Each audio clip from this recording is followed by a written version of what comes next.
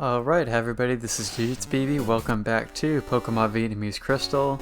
Today we'll continue with the level grinding so that my party of Pokemon here can be around level 65 or level 70 by this weekend. The goal is that I'll be able to stream the final battle of this game on Monday or Tuesday of next week in my time zone.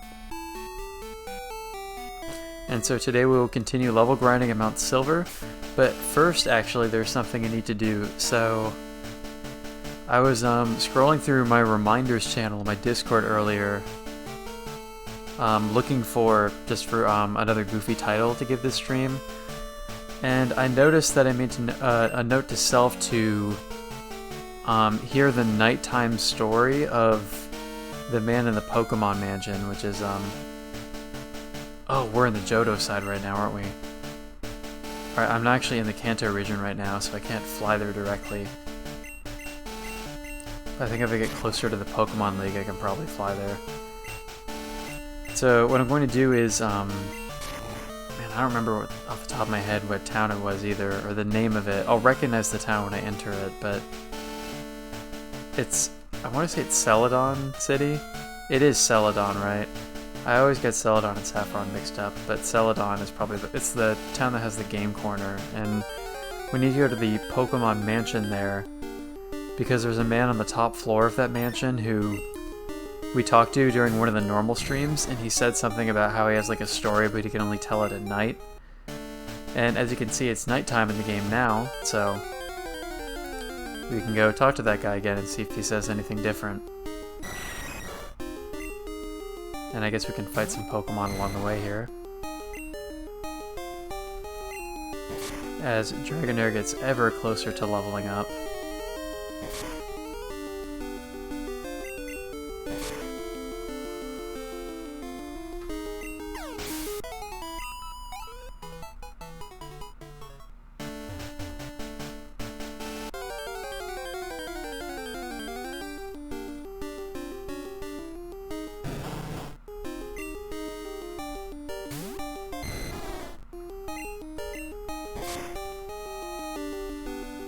So in order to make this stream less boring this time, I asked for suggestions in the Discord of things I could talk about to why do Tangles run away? That's weird. For things to talk about during the stream. The suggestions weren't anything that really stood out to me too much. Oh, this is Victory Road, isn't it? Let's step outside here. Emoto suggested I talk about my favorite glitches or soft locks, which I don't know if I have any like particularly amazing stories about glitches or soft locks in games. Which one of these is Saffron? Is it this one?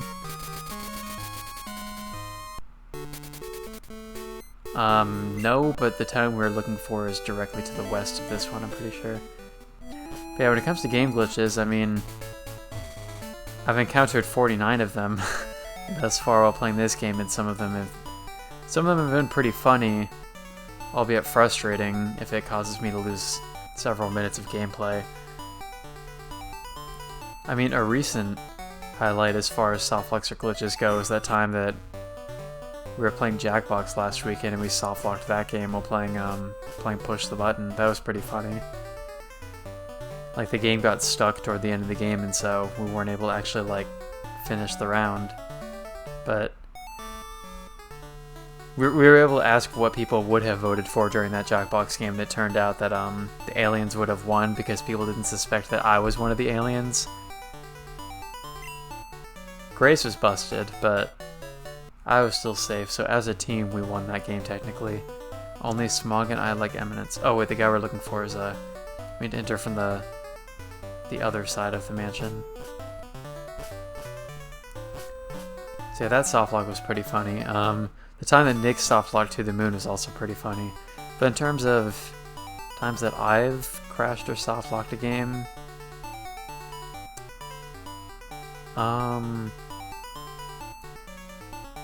was there more suggestion just... Oh, it's his favorite game, glitches, is what I see here in the Discord. I mean, I guess a lot of the funny stuff you can do in Pokemon Gen 1 are some of my favorite glitches. Like it. What? Oh, I accidentally clicked out the window. I was confused. So yeah, on Pokemon Gen 1, there's some pretty funny glitches that you can do to like teleport your way to like different parts of the game by manipulating like data from inside the item menu. If you don't know what I'm talking about, I recommend just looking up like, I guess really, even the glitchless runs of Gen 1 are pretty interesting speedruns to watch. So if you look up like any games done quick marathon of the Pokemon Gen 1 games, like Pokemon Red, Blue, or Yellow, Gen 1 is pretty entertaining because the programming of the games are like so faulty that there's a lot you can do with it. Basically what those speedruns consist of is like causing some weird glitches to happen so that you can like access the game's code by like scrolling down through your item menu, and you're able to access what looks like items like in that menu, but if you like delete or move items within that menu, it causes the game's properties to change. And so you can do things like give yourself unlimited amounts of rare candies or master balls, or like change your like location coordinates so the next door you walk through warps you to a completely different space.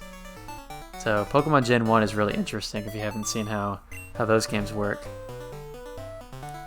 Oh, this guy has something specially awful. Okay. I will tell you a specially awful story. A boy bought a new bike. With very happy and ride it. To play at once, I remembered. The sky was dark. He couldn't feel anything, but happy too. Suddenly, the bike. I see you, Ray's transcribing this music in the Twitch chat. Do do do do do do do do. Anyway, speed became slow. The pedal became heavy. If not pedaling, the bike went back. This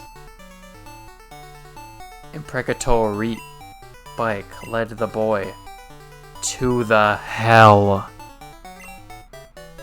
Yeah. Hold on, I'm gonna write down that led the boy to the hell.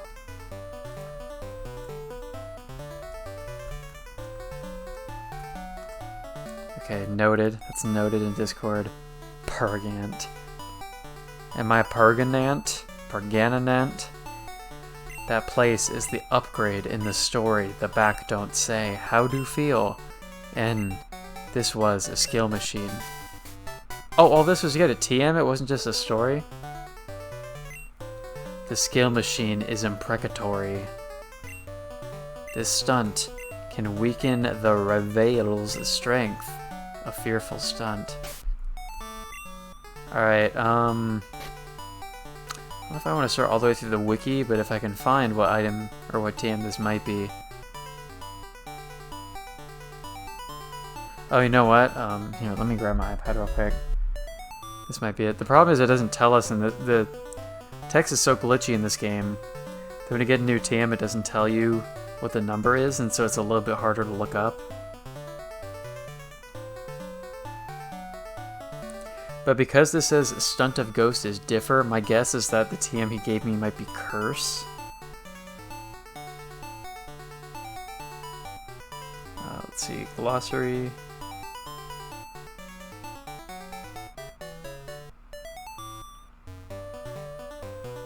Yeah, so the new TM is TM3.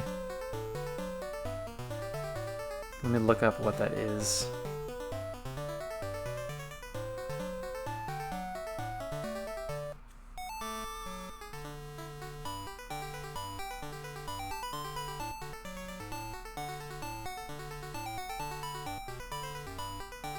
That's Curse, confirmed, yeah. So the reason I was able to guess that is because the move Curse actually has a completely different effect if a Ghost-type Pokemon uses it. If a non-Ghost Pokemon uses the move Curse, what it does is it lowers... Oh man, was it... I think it lowers that the user's speed and raises the attack and defense. But if a Ghost Pokemon uses it, it cuts about half of their HP and then takes away some of the opponent's HP every turn. So it's basically like poisoning, but there's actually no cure for it during the battle. So I don't know if that's a particularly useful TM to me, but we were able to hear that guy's spooky story, so that was a fun way to start the stream. Alright, so now back through Victory Road so we can get to Mount Silver.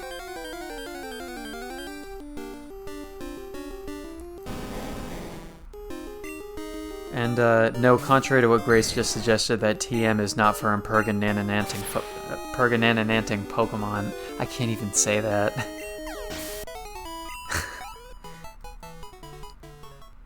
Those syllables just can't even be made properly when I try to do it on purpose.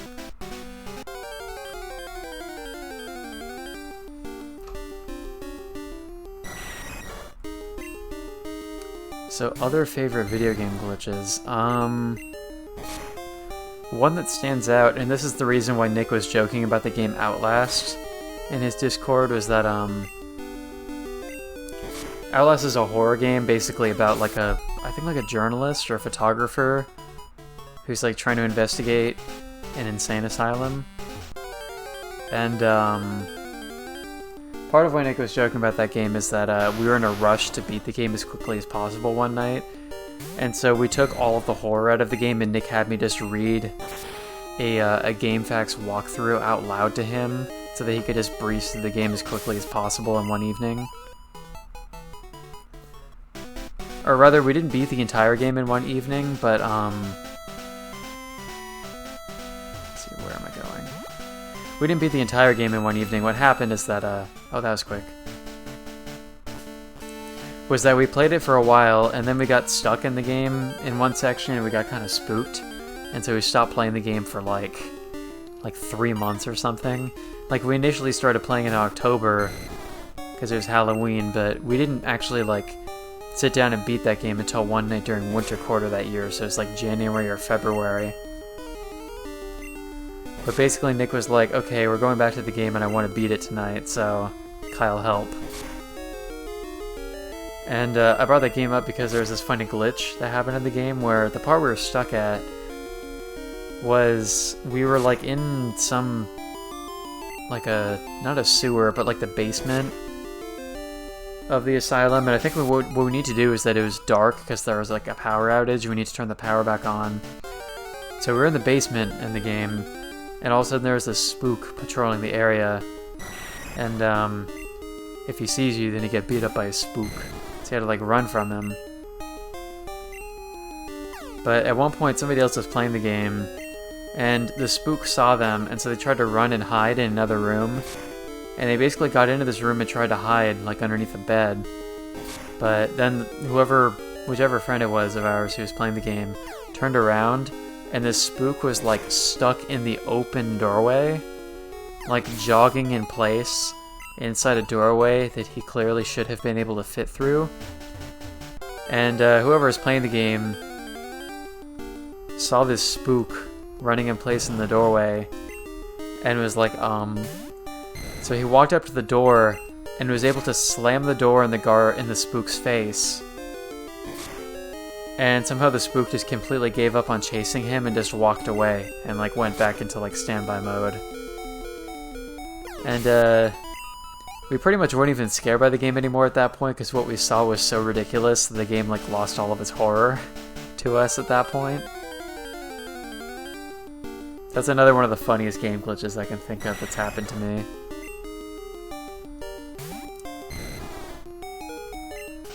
Other than that, I don't know if anything really comes to mind. Games that I've glitched before.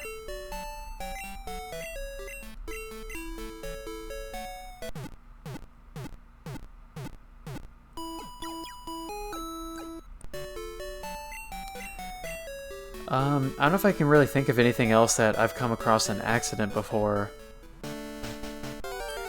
In a lot of speedruns that I've watched, like not games that I played myself, but that I've watched, glitches play a pretty major role in a lot of speedruns. Like, what are some games that I've watched? Like, there are some in like the original Metal Gear Solid where they like manage to stand up inside like a ventilator shaft, and it lets you like run ahead and skip like half the game.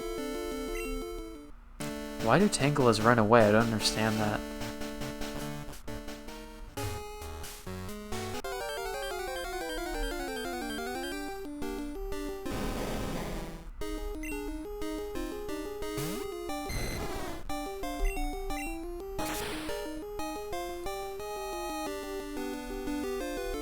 Other game glitches. Oh, another game that's really fascinating to watch for speedruns is Zelda Ocarina of Time, which is a really popular speedrunning game just because it's also a really popular game in general.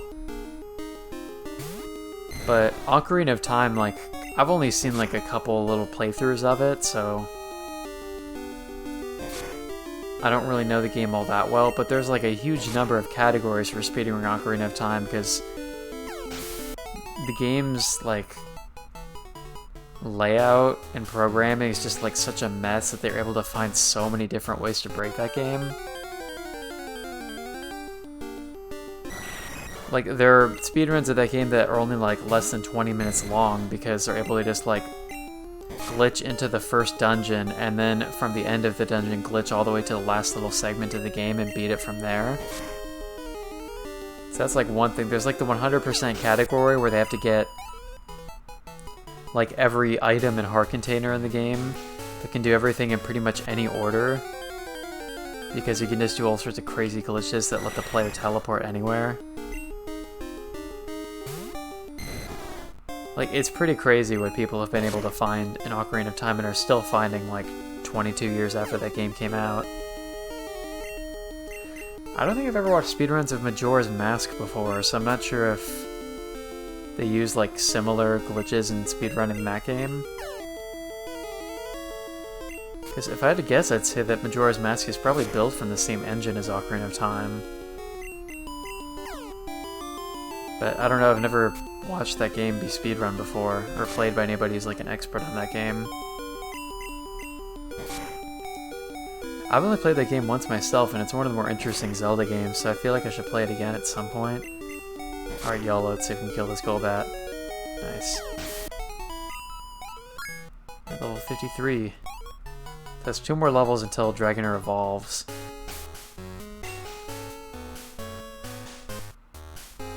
Yo, it's Crash. Oh, hi, you're a new viewer. I didn't even realize. I thought that was Grace at first, because you have the same font color. Hi, Glitchy Pokeball. Yeah, so I'm playing Pokemon Vietnamese Crystal right now, and basically this is a ROM of that bootleg that's so unstable that I started keeping count of how many times this game has crashed during my playthrough. Which, as you can see thus far, the number is 49, and I'm almost at the end of the game now, so... all I'm doing during stream tonight is grinding levels, so I can prepare for the final battle in this game, so nothing too eventful is going to happen during the stream tonight, but you're welcome to watch if you'd like to.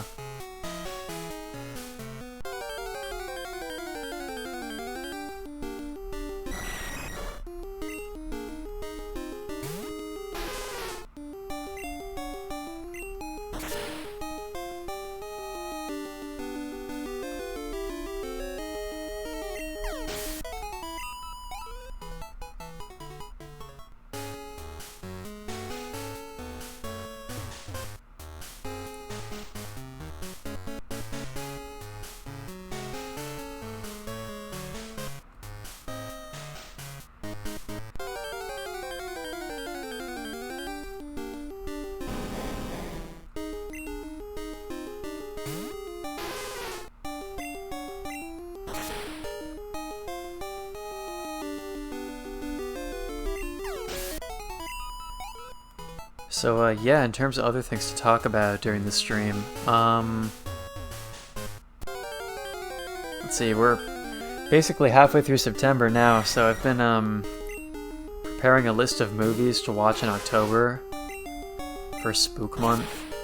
A thing I did last year is that I basically watched a horror or horror-adjacent movie almost every day of October last year and basically just wrote up my thoughts on them, because growing up, I never really watched horror movies growing up, and so it wasn't a genre I was really all that familiar with. So I watched a whole lot of horror movies last year in October. I'm hoping to do the same this year. My main resource in looking for horror movies to watch is the horror subreddit, which is just r/horror, which has a really thorough wiki in which users have voted on basically like top 50 or like top 20 lists and a whole bunch of categories for horror movies. So if you're into that genre, I highly recommend looking up that subreddit because there's like a huge resource there. Like, they have community voted lists of just like the best horror movies of all time in general, of different like subgenres of horror, like zombie movies, like ghost story movies, haunted house movies, like killer insect movies, and so on. The funny thing is that before I thought of myself as like not really being too familiar with horror and like having not seen a whole lot of movies. But this year it's like looking through their wiki and going through lists again, like I kind of find myself just having to, because I'm trying to watch movies that I haven't seen yet this October. And so going through a list, it's like now I've already watched kind of like the top half of a lot of the community lists there, and so I'm having to kind of dig deeper into like movies lower on their lists or like more obscure movies that I haven't seen yet.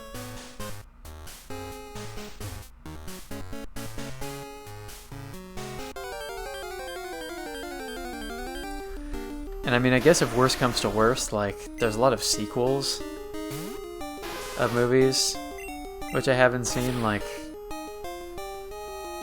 you know, like a lot of the franchises that have come about, like, I've seen Halloween 1 and 2, but I haven't seen, like, a lot of the other sequels in that franchise. Same with, like, well, like Texas Chainsaw Massacre or Jaws. Of course, all the franchises I'm naming had, like, an iconic first movie in those series, but, like, everything after that was kind of trashy. But just for the cheese factor of it, I guess it might be worth watching some of those sequels. Some of them kind of came up in, like, guilty pleasure lists in that subreddit, like, I actually haven't seen any of the Friday the 13th movies, so I should at least watch the first one next month, but like their #1 guilty pleasure movie on Reddit was a movie called Jason X, which apparently is like a Friday the 13th sequel in which Jason Voorhees goes into space for some reason. Which sounds like quite an adventure.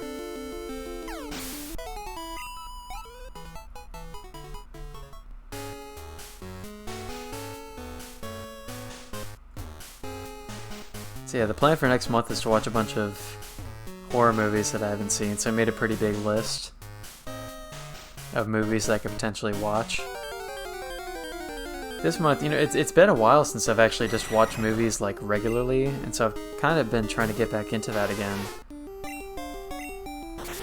I haven't been doing that this week because a part of my evening has just been spent doing this. Just streaming Pokemon to get ready for later streams, but I've kind of just been going through my watch list on Netflix of movies that I haven't seen before, like, which includes, what have I watched lately? I watched the movie Akira for the first time, which is an anime movie from the 80s. It's like a dystopian sci-fi movie. So that movie is pretty cool. It was weird, but it was interesting. I was watching some trash tier action comedy for a while, so I watched the first 2 Rush Hour movies, and I might watch the third because that one's also on Netflix right now. And I watched the absolutely necessary and important action comedy that is Kindergarten Cop, starring Arnold Schwarzenegger. So I watched that one, and it was something.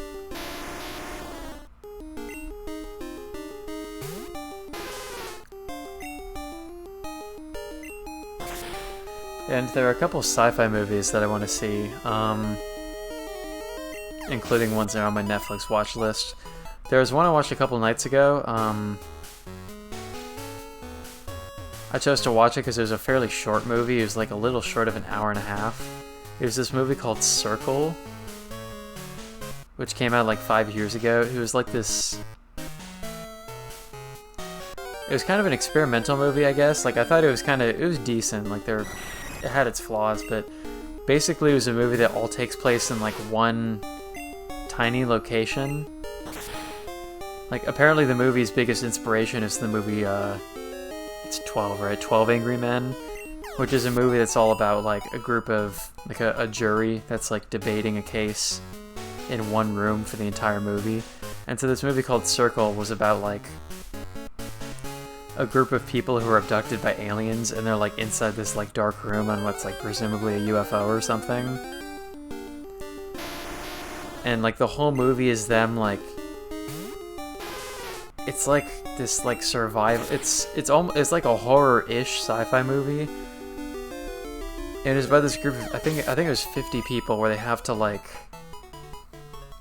basically vote every couple minutes on who to like eliminate from the group, so that only like there can only be like one survivor in this group of 50 humans who have been abducted. And having the entire movie take place in like that one small set with this like fixed cast of characters with both like is one of the more interesting things about the movie, and also it can make it feel kind of mundane at times. So I wouldn't consider it to have been an excellent movie, but it was still an interesting one to watch.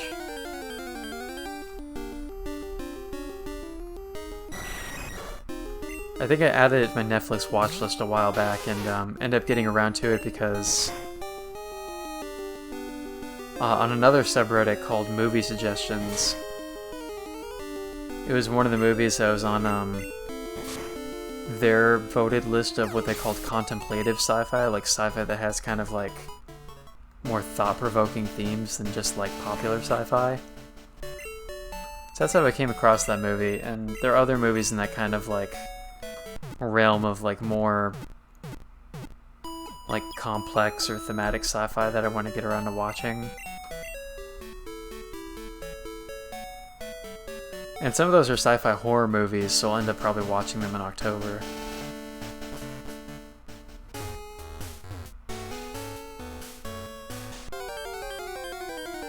And yeah, I think that's pretty much all the movies that I've watched lately. Another anime movie that's on Netflix that I was planning to watch sometime soon is this movie called Paprika, which is like it looks like it's a sci-fi anime movie about, I want to say it was like either time travel or like entering people's dreams or something. It was like one of those two. But it's a recent anime movie, and I guess it's pretty well received, so I was going to check that out. Along with, I've been wanting to watch like all of the Studio Ghibli movies. Particularly Miyazaki's movies, but also some non-Miyazaki Ghibli films, like Grave of the Fireflies is one that's been on the list for a while.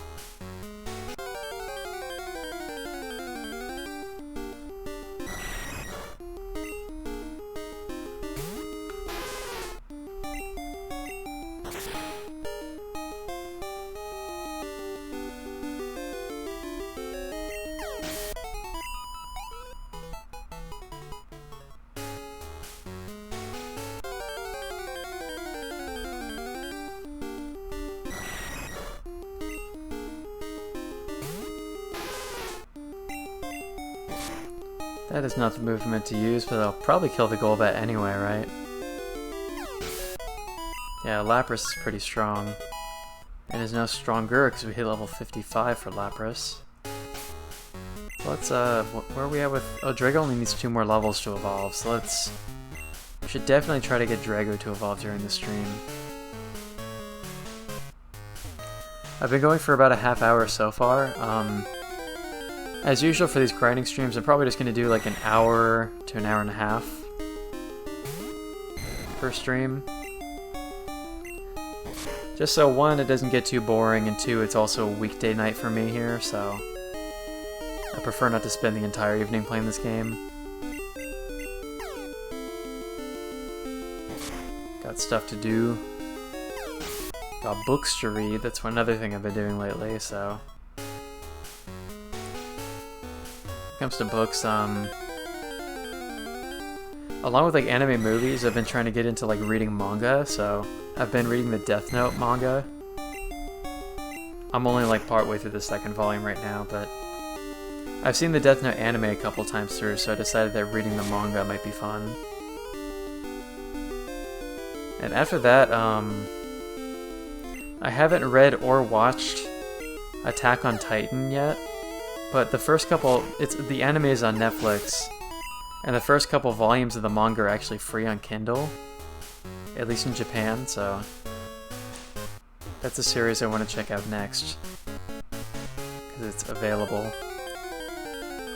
And in terms of books, I've been reading, I've been getting back into Ursula K. Le Guin's Hainish Cycle, which is like a sci-fi,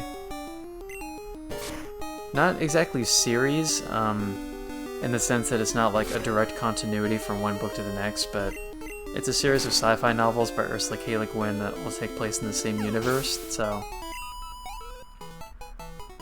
Recently I reread The Dispossessed, which is chronologically the first book in that cycle. And The Dispossessed is a really interesting book. It's one of her most popular. And then the next one in that series was a shorter novel called The Word for World is Forest. And now I'm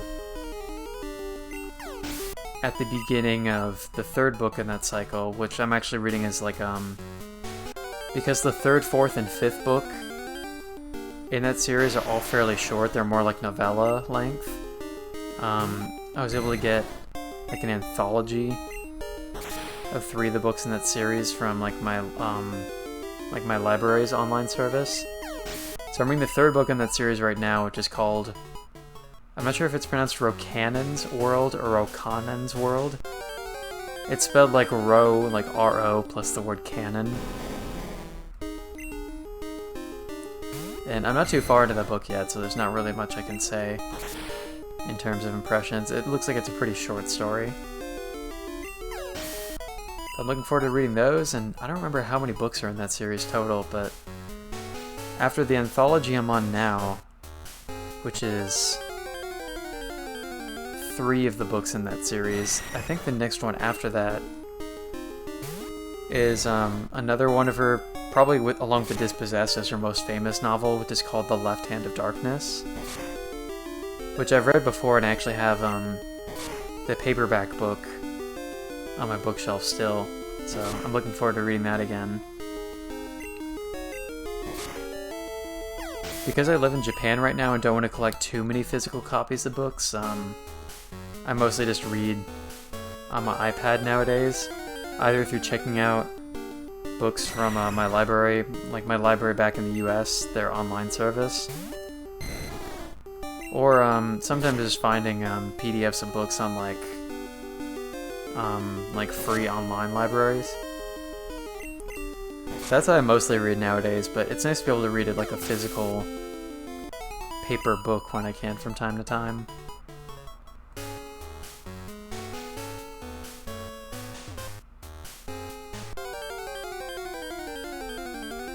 So I've kind of been reading sci-fi novels lately with like Ursula K. Le Guin's work. I also really like Philip K. Dick a lot, and I'm hoping to read more of his novels soon.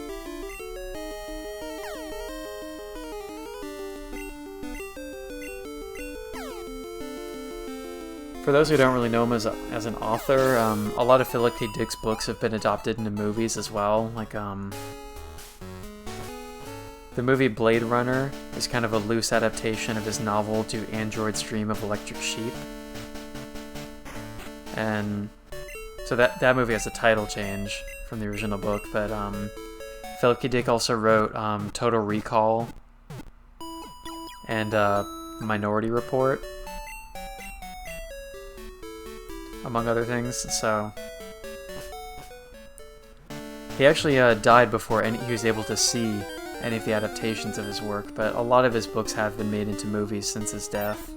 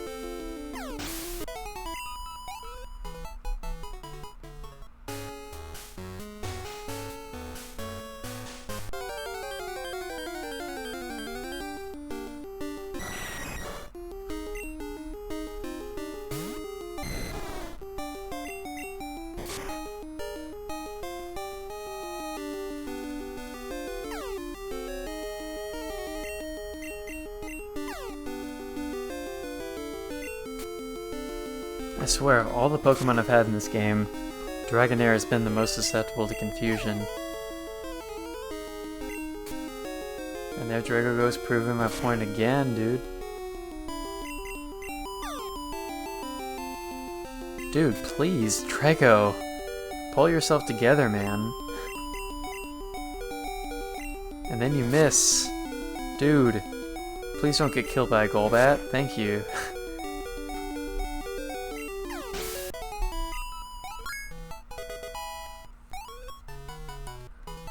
Alright, one more level to Dragonite. So I'm actually just gonna heal Dragonair right now. Halt!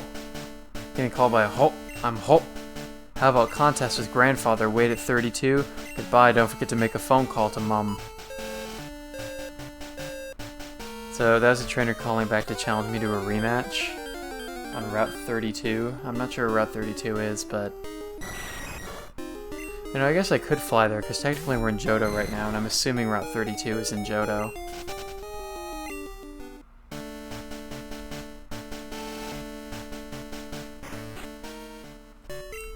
And they said a rematch with Grandfather, so I'm taking that to mean that the trainer to be fought is an old dude.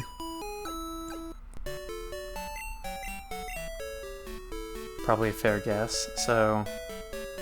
Yes, let me see where Route 32 is.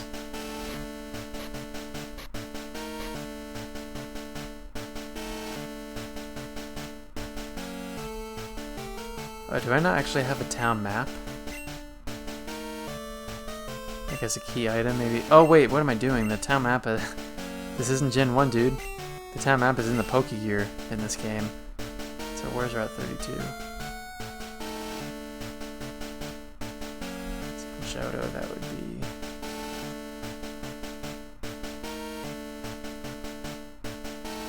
Oh, that's like...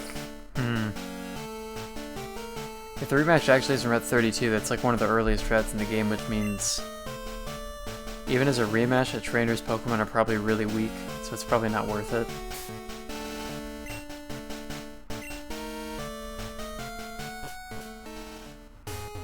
I guess that's what happens when you hang on to old digits from the beginning of the game.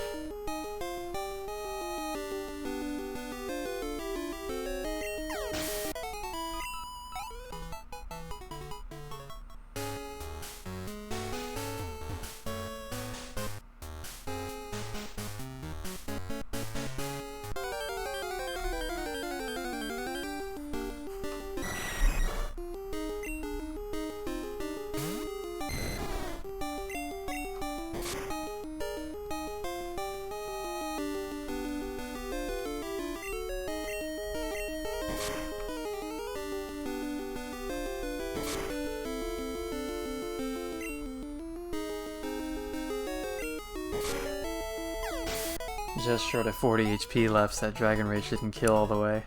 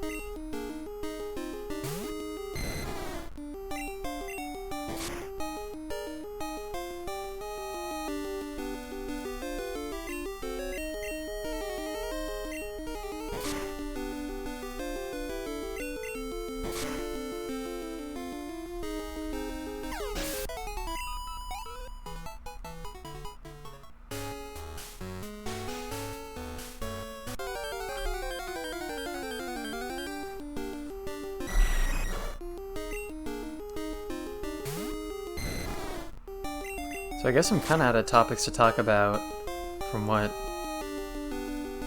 people suggested on Discord. What I will say though is that the thing is I'm kind of busy streaming this week to like actually focus on like playing games outside of stream time, but I want to try to finish up Paper Mario Origami King when I can. I'm not sure exactly how far I am in that game so far, but probably like a little over halfway at the very least. But Origami King's actually been fun. I've enjoyed that game kind of more than I expected to, because I knew it wasn't going to be like the 1,000-Year Door, and so I was just hoping it wasn't as bad as Sticker Star was, but yeah, Origami King's actually been a pretty solid, non-traditional Paper Mario. But dude, what I'm excited for, and what I think others are excited for, is this Friday in Japan, at least, the Super Mario 3D All-Stars bundle's coming out. The one on the Switch that has Super Mario 64, Sunshine, and Galaxy all together in one cartridge. Dude, after work on Friday, walking to the store, picking that game up, like Super Mario 64 all evening, dude. That is the Friday evening plan this week.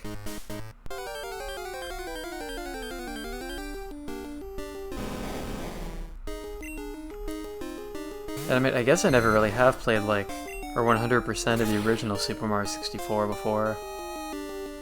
Because I don't have an N64, so I've never like really played that game all the way through myself, but I've 100% of the DS remake, which I've had since I was a kid. And I've played all the way through Galaxy a handful of times. Mario Sunshine I don't own, so I have played through that game on a friend's copy back when I was in high school, but I think that game I did get like, I got more than the absolute minimum number of shines you need to beat that game, but definitely nowhere near 100%. Something like, I beat the game with like 70-ish shines or something. Super Mario Sunshine is kind of weird how that game works, because you only need like 50 of the 120 shines to technically beat the game. Because instead of needing a certain number of shines to beat Super Mario Sunshine, it's just based on beating basically a fixed number of shines in each level.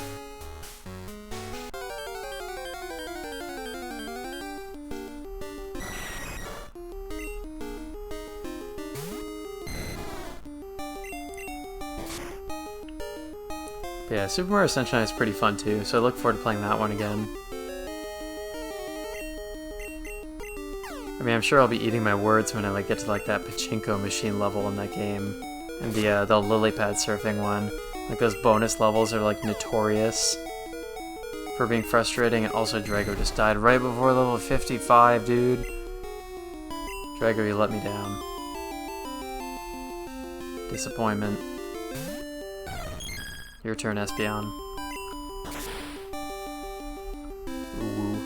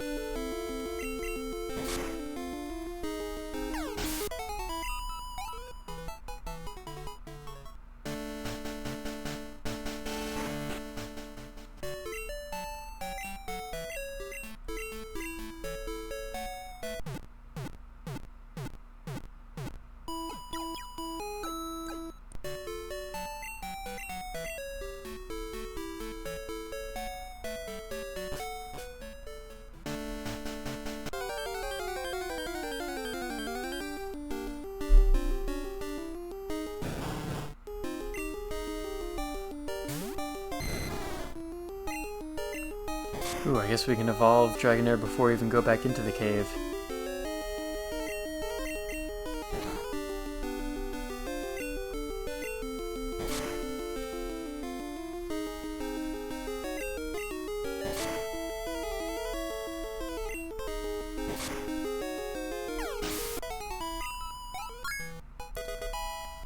Alright, level 55.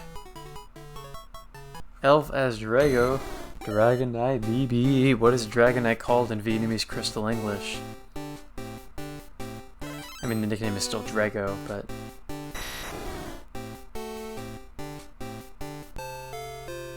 Guile. Oh, that's right, we've seen these when we fought Lances. Guile. Oh, I can learn Flap, dude. Let's learn Flap. Flap. Alright, let's I think that's, is that Outrage? I think that's what that move is.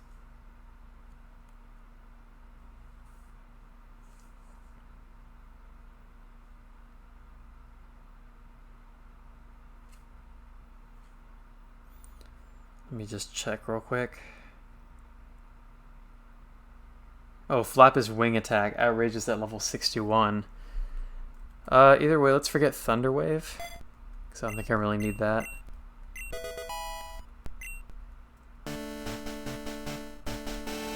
Alright, so now we have Dragonite. And you know, actually Dragonite does learn Wing Attack, but I think I might just replace that with Fly, because that's a stronger flying type move. So Dragonite can actually become the new Fly percent.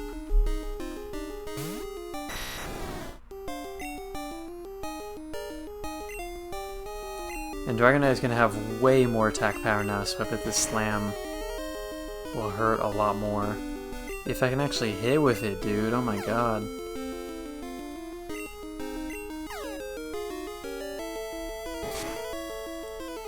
So, Dragonite will be able to use Fly, but of course that doesn't mean I'm going to remove... almost. I'm not going to remove Togetic from the party, because Togetic is very important for Metronome YOLO strats.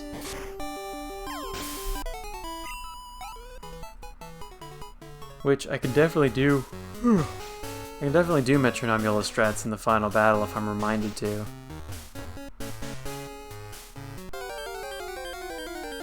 I don't plan on leveling up Togetic any further, though, for the final battle, just because I'm already spending enough time having to level up 5 Pokemon up to like level 65 or 70. So, I don't want to waste the extra time leveling up Togetic as well, because it's not really worth it. I'm already going to have to devote an unfortunate amount of time to level grinding in this game this week, because I've put it off for a while.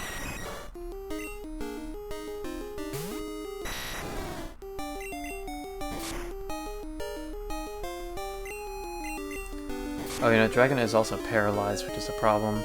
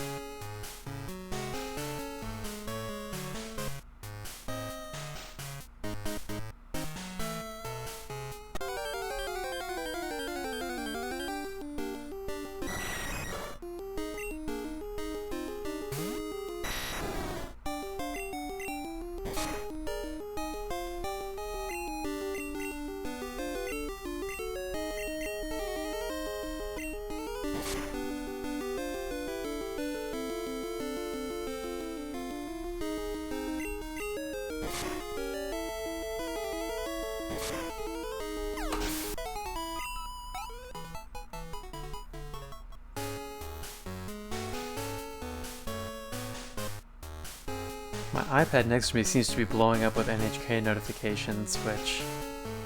I don't actually have the details and the notifications turned on my iPad right now, but I'm assuming it's probably related to the next Prime Minister of Japan. Unless they're actually reporting properly on what coronavirus is like in Japan right now, but let's not be silly. It probably has to do with something completely unrelated to COVID-19. The pandemic is not a problem if you ignore it, right?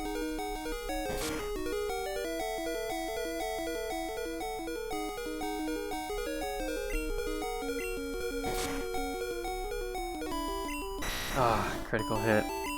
Sorry, Drago. Alright, let's level up Espeon a bit, because Espeon's a bit behind the rest of the party. What's that move again? I think that was like a move that...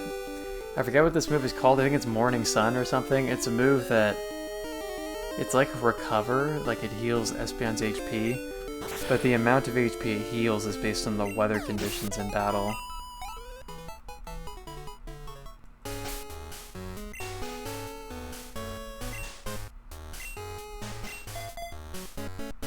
Oh wow, look at Drago's sprite. That's a pretty unique Pokemon sprite for this game, I think. Because there are only so many Dragos in Gen 2.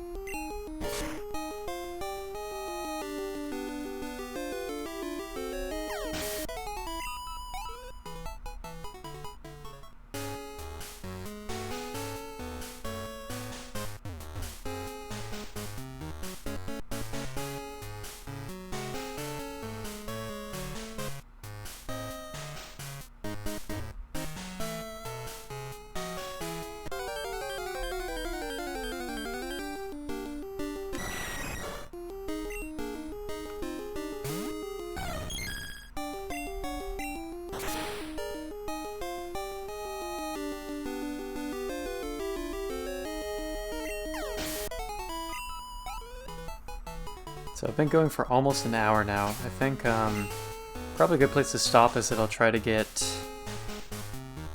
Uwu and maybe Medak to level 55. And I think that'll be a good place to stop. I'm glad that we got Dragonair to evolve during this stream though. That was one of the major goals of the level grinding, honestly, is to finally get to a Dragonite.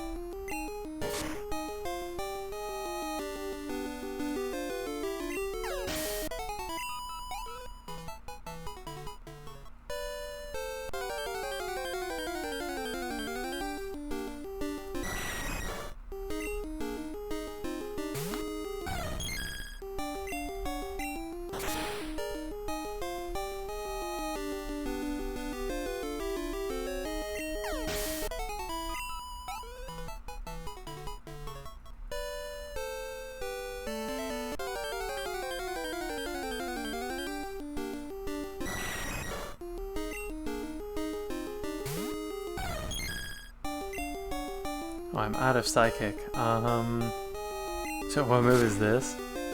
Oh, it's Bite, isn't it? Well, it's not really the best.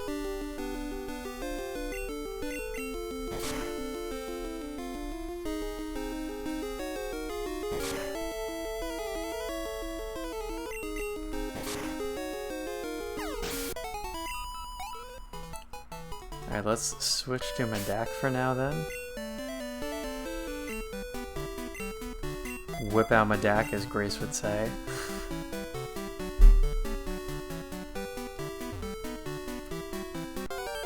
Grace is watching the beginning of this, but it seems like she's like gotten sidetracked or like passed out or something, so. She mysteriously disappeared as soon as the topic of Pokemon Impertinency was brought up. Victory Ball doesn't really have a great moveset against a Golbat.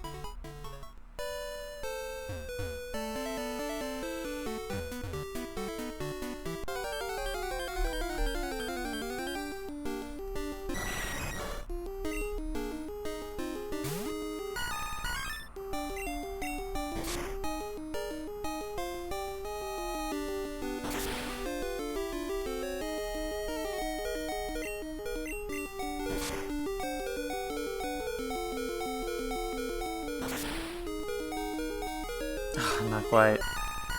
Alright, well, let Espeon take the XP there then.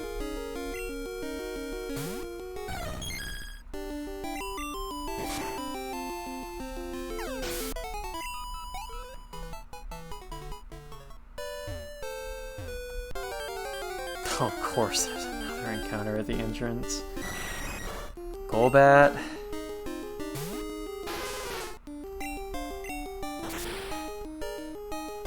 How I haven't exterminated the entire Golbat species at this point with all the grinding I've done is beyond me. You'd think there could only be so many bats and rocks in a cave, but Mount Silver is limitless.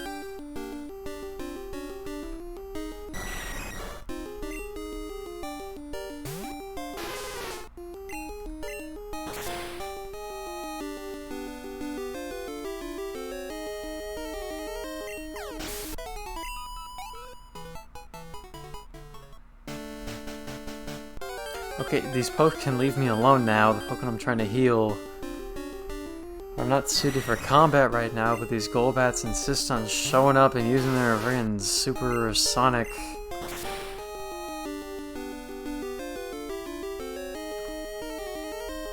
Supersonic.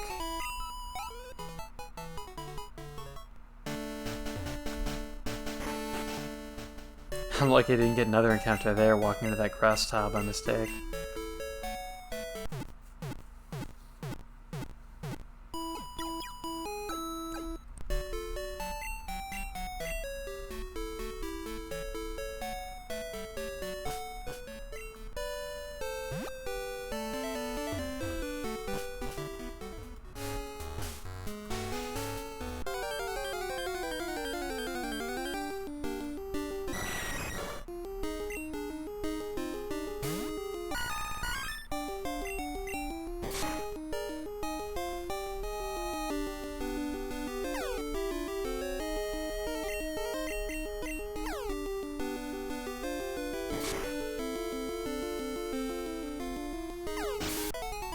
nice, that was smooth.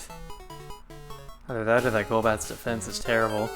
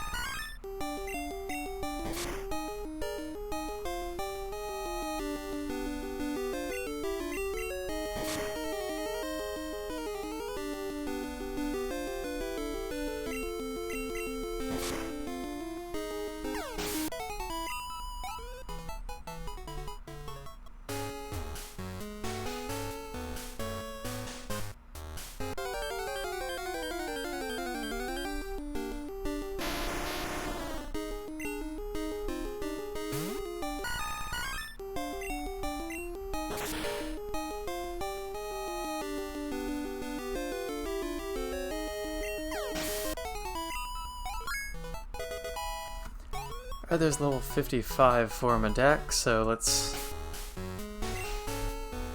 finish this level for Espeon, and then we can call it with all of our party Pokemon, besides Magic here, at level 55. I think Espeon's like halfway through at least, right? And this will be quick, as Espeon's Psychic can kill everything in one hit. Oh yeah, we're very close to leveling up.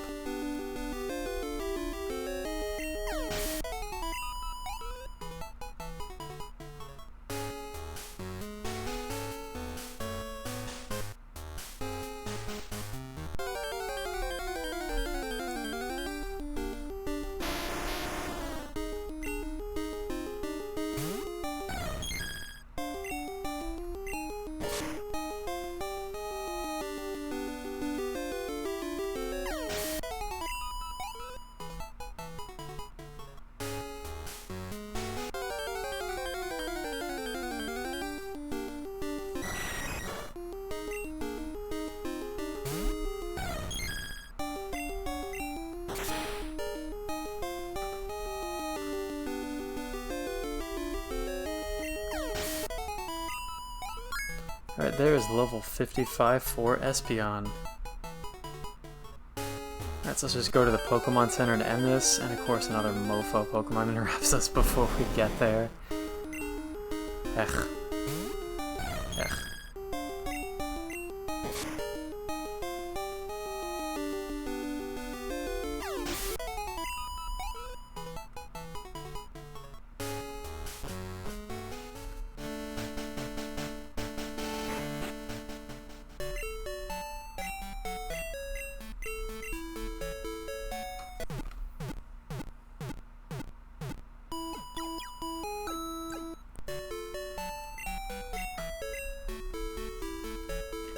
Alright, so all our Pokemon are level 55, so we can call it here. So Anybody who's watched up to this point, thank you for watching. My channel is twitch.tv/digitsbaby. Please follow my channel if you aren't already. You can also follow my friend Nick's channel at BlazerGamer112. He plays a pretty huge variety of games, including recently he's been playing Yu-Gi-Oh!, Metroid Prime, Henry Stickman, Jackbox, and quite a bunch of other stuff. And you can also follow my friend Grace's channel at official_Grace. She streams Skyrim, Final Fantasy VII, and Fall Guys at the moment. And yeah, so I'll continue doing these kind of low-key level grinding streams throughout this week. As you can tell, these aren't really like super important streams in terms of like making progress in the game or like story progress or anything. I'm mostly just streaming them in case some more glitches or crashes or anything else funny happens. I don't want to miss the chance to get those things on camera, so I stream all of the game. I've streamed all of the gameplay of this game just to be sure, because one of the funniest things to happen in this game was a gender palette swap toward the beginning of the game, which unfortunately was not captured on stream. So since then I've made an effort to capture all of the gameplay for this game on stream in case anything funny happens. I want the audience to be able to see it. So we'll continue doing these level grinding streams throughout the week, and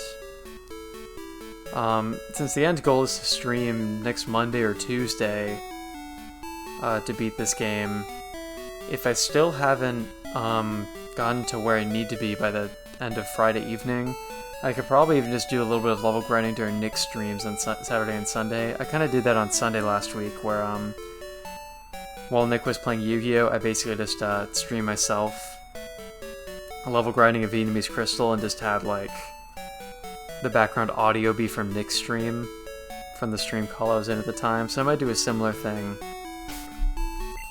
this weekend if I'm still not ready for the final boss by then.